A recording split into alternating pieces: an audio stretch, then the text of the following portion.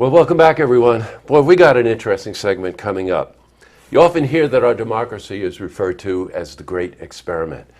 And one of the linchpins of our democracy has been Social Security. Now, Social Security, believe it or not, had its founding somewhere in the late 1800s and really galvanized during the Great Depression years when FDR finally had Congress initiate the Social Security Act. And since then, it has been really a net for people in our country, especially those less fortunate than others, to have some sense of Social Security as they retire and as they get older. So we decided to bring in an expert on this subject, and joining me today is Jim Amell, who is a director at Marvin&Co. Welcome, Jim. Thank you, Jesse. Really nice to have you here. Jim and I had a great conversation before we went on air about this. You know what? I'd like to just start at 30,000 feet. Sure. You deal with issues related to Social Security every single day. Yes, I do. And what is kind of the overriding impression you have about the program or about its benefit? Yeah, a couple thoughts. My opinion is Social Security is the only defined benefit pension plan that most people have now. The traditional, company-sponsored pension plan where you're guaranteed for life is going the wayside, being replaced by 401ks or, in many cases, nothing. So Social Security is really what people have and what they can count on for their retirement. You know what, and that's not uncommon if you look back in history. When a country goes through a depression or goes through a recession, really the economic climate changes, and it changes rapidly. So whether you're what we refer to as the Gen Xers trying to plan ahead for Social Security, if you're a boomer and you're at Social Security age, or you have a parent who's elderly and facing some issues with Social Security. So, boomers like us, we love to find out. We're intellectually curious about what's going to happen. And then, of course, you hear that the government, will Social Security be there? So there's kind of a fear factor. Yeah. Let's jump into how do you qualify? It's actually fairly easy to qualify. You certainly have to have worked, and it takes as little as 10 years of earnings of just over $4,000 in order to initially qualify for Social Security.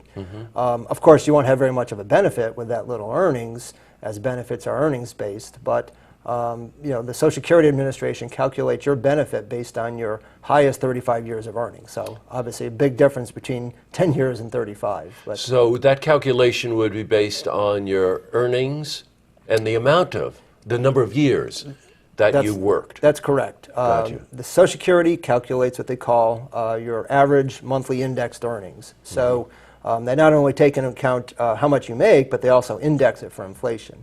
So for example, $1 worth of earnings in 1980 works up to about $3 of earnings in the index. So, right. and that varies based on time.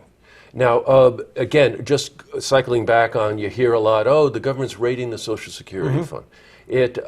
You can get in at certain periods starting at age 62, correct? Yep. Gotcha. Okay. Yep. Age 62 is your first entry age. Benefits are calculated based on your full retirement age. So somebody retiring now, that full retirement age is 66, but again, that's increasing up to those born, I believe it's 1962, where it will be 67. So Right. when you retire earlier than full retirement age, your benefits are discounted by roughly 8% a year. Now, spouses and spousal income play a role in this as well. Yeah, they correct? do. Okay. Yep. How does that work? Well, everybody's entitled to their own benefits. So you get a typical couple where both work. Once they've both claimed, there is the concept of a spousal benefit. And the spousal benefit is the greater of your own benefit or half of your spouse's benefit. So, one of the common retirement strategies for couples is for the higher earner, we presume the husband, but not always the case, the higher earner files for Social Security when they reach their full retirement age, but then suspends claiming benefits. So the benefit of that to the higher earners, they continue to accrue benefits at, again, roughly 8% per year up to age 70. But then the spouse, assuming the spouse is at least 62, can claim their own benefits. And their own benefits are either the higher of their benefit or half of the spouse's benefit. So again, that's it's a way to get money into the household without ultimately affecting the higher earner's final benefit. Got you. Now, I'm sure you've seen every situation. Oh, yeah. From A Yeah. to Z. I bet you have. Some of the other things that I know our viewers might be interested in. You commonly hear, I'm a big earner, I'll never get anything back out of Social Security compared to what I put into Social Security, or why am I being taxed on something I was taxed from Yeah, at work? Yeah, and let's take. There's really two answers to that. One is just the the benefit that you get versus what you put in. Remember, as you started off with, Social Security is really meant to help individuals through retirement, and it is progressive in nature, in that the lower income, the lower earning people get a higher percentage of what they paid in or what was paid in on their behalf versus a higher income person. But a higher earner still gets more. It's just not proportionately more. Yes, so right. again, and the idea is so that people aren't in poverty during retirement. So I think personally it's a great program. Now the taxation, again, that's a question. Being a CPA, that's a question we get all the time. Hey, I've already been taxed on your earnings on my Social Security. Why am I being taxed again? Well, think about it. First of all, the money that got put into Social Security on your behalf, you put in half, your employer put in half. You've not been taxed on the employer's half. So already only 50% of your contributions have been taxed. And then earlier on I mentioned the indexing. So that dollar that you were taxed on that you put in 1981 is now worth $3. So two of those $3 you have not been taxed on. So the highest proportion of Social Security that's taxed for the higher income people is 85%. So the math fairly well works out. So it doesn't seem fair, but it does make sense.